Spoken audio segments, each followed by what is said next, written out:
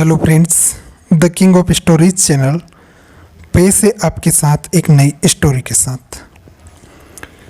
एक बार एक गांव में एक महिला जिसका नाम रुक्मणी देवी था अपने बेटे यश के साथ रहती थी।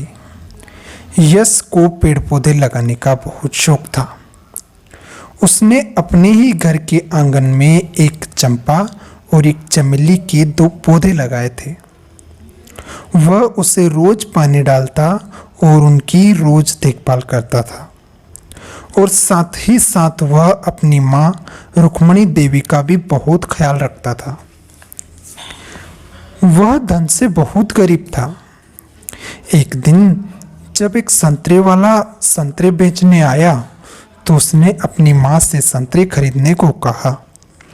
तो उसकी माँ ने बोला कि बेटा, मेरे पास पैसे तो नहीं है, तू एक काम कर, संतरे वाले से संतरे के बीज ले ले, उससे फिर तू खुद संतरे के पेड़ लगा लेना। लड़का यश यह सुनकर बहुत खुश हो जाता है और वह वैसा ही करता है और फिर उसकी मेहनत रंग लाती है और कुछ साल बाद उसके खेत पर 3 संतरे के पेड़ों में संतरे लगे रहते हैं। वह रोज अपने संतरे के पेड़ों से संतरे तोड़कर खाता है। एक दिन एक बुजुर्ग व्यक्ति अपनी जवान बेटी हर्षिता के साथ वहां से गुजरता है तो वह बुजुर्ग व्यक्ति उस लड़के से संतरा खाने के लिए मांगता है। तो लड़का यश झट से 5 संतरे तोड़कर उसे दे देता है। यश की इसी भावना को देखकर वह व्यक्ति हर्षिता की शादी यश के साथ करने की बात उसकी माँ रुक्मणी देवी से करता है। रुक्मणी देवी तैयार हो जाती है, लेकिन यश किसी कारणवश शादी करने से मना कर देता है। लेकिन उसकी माँ की जिद के आगे उसे हार माननी पड़ती है और वह हर्षिता से शादी कर लेता है। लेकिन अब यश शादी करके दूसरे ही दिन परदेश काम की तलाश में चला जाता है। इधर हर्षिता को उसके पियर वाले लेने के लिए भी आते हैं, लेकिन हर्षिता यश के आने से पहले अपने पियर घर जाने से मना कर देती है। कहती है कि जब तक इस चंपा चमेली के मालिक वापस नहीं आ जाते, मैं यहाँ से घर नहीं जा सकती। और फिर वह अपनी सास के साथ ही रहने लग जाती है और सास की बहुत सेवा करती है। ऐसे रहते रहते 10 साल बीत जाते हैं और फिर एक दिन एक साधु वहाँ आते हैं और कहते हैं कि माताजी, बहुत भूख लगी है, क्या भोजन मिलेगा? इसके बदले में आपको एक सोने की मोहर दूंगा।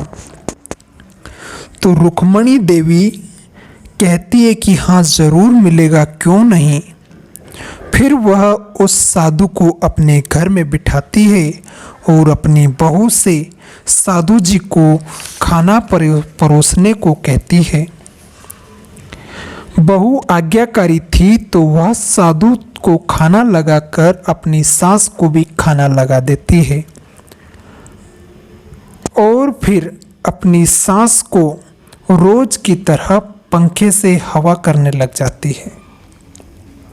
यह देख साधु बोलते हैं कि माताजी, आपकी बहू जैसे आपको पंखा कर रही है, यदि ऐसे ही मुझे भी पंखा करे तो मैं आपको एक और मोहर दूंगा।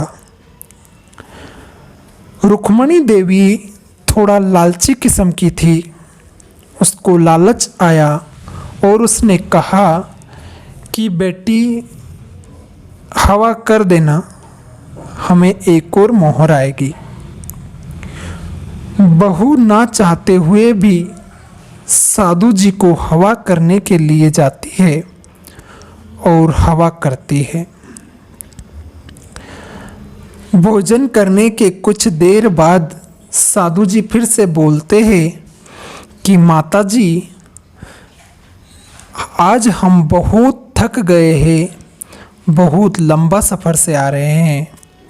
यदि आज की रात यहीं विश्राम कर लें तो आपको सोने की एक और मोहर दूंगा। रुक्मणी देवी कहती है कि जी बिल्कुल, आप यहाँ आराम कर सकते हैं, एक ही तो रात की बात है। यह कहकर रुक्मणी देवी उस साधु को अपने घर में रहने के लिए हाँ कह देती है। जब रात का समय होता है, सब सोने लगते हैं, तब हर्षिता रोज की तरह अपनी सांस रुक्मणी देवी के पैर दबा रही थी। तब यह दृश्य देखकर साधु जी फिर से बोल उठे कि माताजी, जैसे आपकी बहू आपके पैर दबा रही है, यदि ऐसे ही मेरे भी पैर दबाए तो मैं आपको एक और मोहर दूंगा।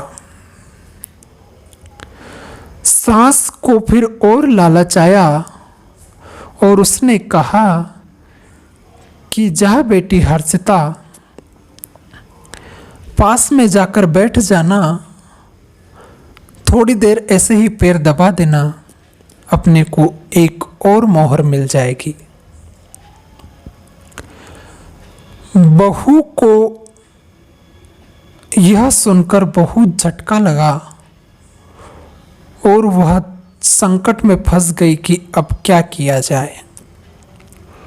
एक पराये पुरुष के पैर कैसे दबा सकती है, चाहे वो सन्यासी ही क्यों ना हो। लेकिन फिर सोचती है कि माताजी का कहना मानना ही मेरा सबसे बड़ा धर्म है, सो मुझे करना तो पड़ेगा। हर्षिता जाती है और साधु के पैरों के पास बैठकर उसके पैर दबाने लगती है। इधर उसके चंपा चमेली में कलियां आने लगती है। सीजन ऐसा चल रहा था कि चंपा चमेलियों में कलियां आ रही थी। जैसे ही हर्षिता साधु के पैरों पर हाथ रखती है, वैसे ही चंपा चमेली से कलियां टूटकर साधु के सीने पे जाके गिर जाती है। यह दृश्य देखकर हर्षिता अचंभित रह जाती है और कहती है, हाय राम, किसने लगाया चंपा चमेली और किसने छींचा पानी और किसकी कली किसके ऊपर आ गिरी। यह बात सुनकर साधु कहते हैं कि होय नारी, हमने लगाया चंपा चमेली और तुमने सींचा पानी और हमारी कली हमारे ही ऊपर आ गिरी। और फिर यश अपने साधु वेश को हटाता है और फिर अपनी माँ को बहुत कोसता है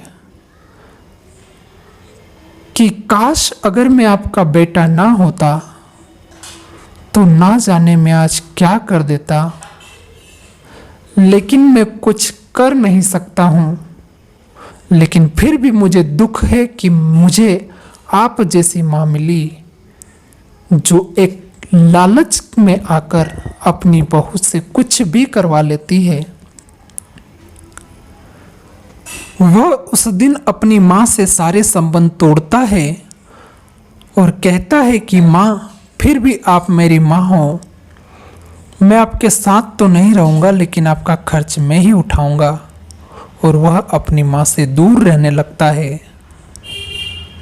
तो दोस्तों, इस कहानी से हमें यही शिक्षा मिलती है कि लालच करना बहुत बुरी बात है और साथ ही